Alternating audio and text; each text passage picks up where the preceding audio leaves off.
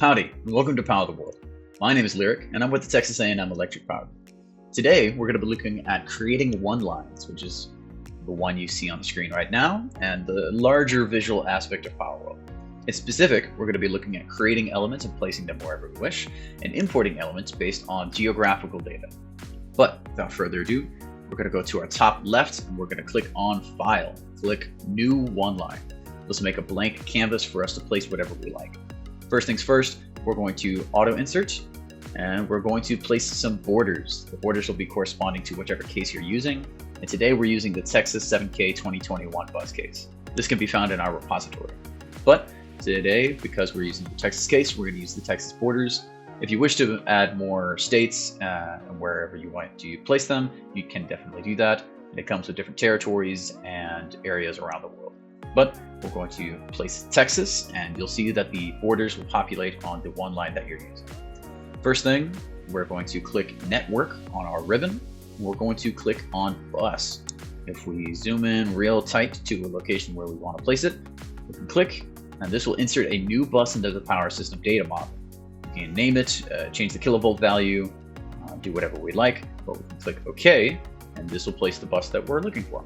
We can place multiple in this way and do whatever we like.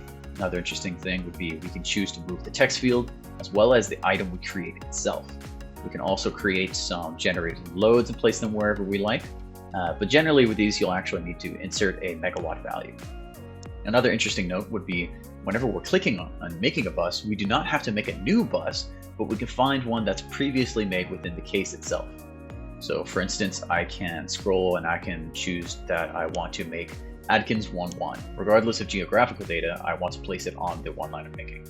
I can add it in right here. This actually includes all of the data corresponding, such as kilovolt value, what connections it has, what lines it's connected to, if a load is connected to it. It has all of that involved. Again, if we want to use the text box.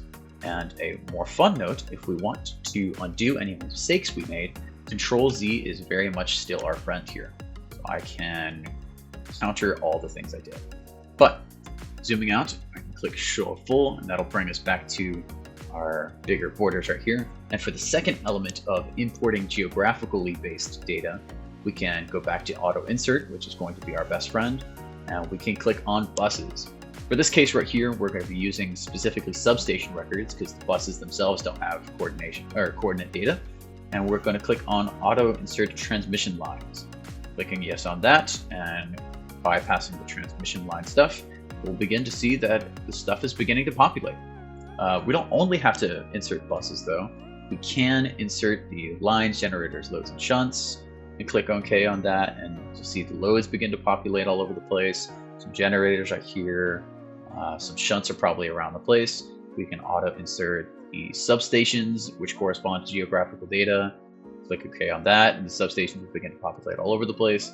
And with that, we can begin to see little nexuses of the Dallas area, San Antonio, Houston area, the Waco and College Station area, and you can begin to see all the very interesting parts of this case. Last few things that might actually be important for using the one-line creator would be this right here, which we looked at a little bit. We can click Show Full to pull the full case up. I can click on Find if I want to find a specific aspect, such as a certain substation.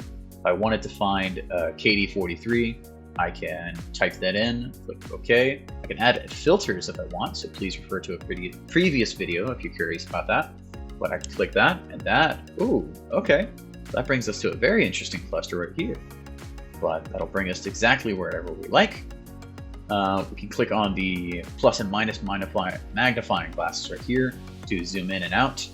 Currently, I'm using the scroll wheel a lot along with the control button.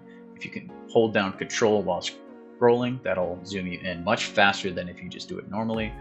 But clicking Show Full. Last interesting aspect would be if you don't like how things are visually displayed, you can click on Default Drawing and change all of those aspects from the get-go. So if I wanted to click on buses and based on nominal kilovolt value, changed the color they're using, the size and the width. If I wanted to change whether they came out as rectangles or ellipses, if I wanted to change whether they were oriented a different way, I can do that for buses, for substations, for loads, all kinds of things. But the interesting part here, or the important part here would be that this only takes an effect whenever you import things. But last thing I believe would be, once you've created a one line that's satisfactory to you, you can go to File, you can click on Save One Line, and you can choose to put that wherever you like, naming it whatever you like, and it'll come out as a PWD file. Once you've saved that appropriately, you can use File again and open the one line you've just made, of course considering that it is corresponding to the case you've made. If you try to open up a one line not corresponding to the case you've made, there will likely be some issues. But without further ado, I believe that's all we have for today. Thanks for watching, and I'll catch you all next time.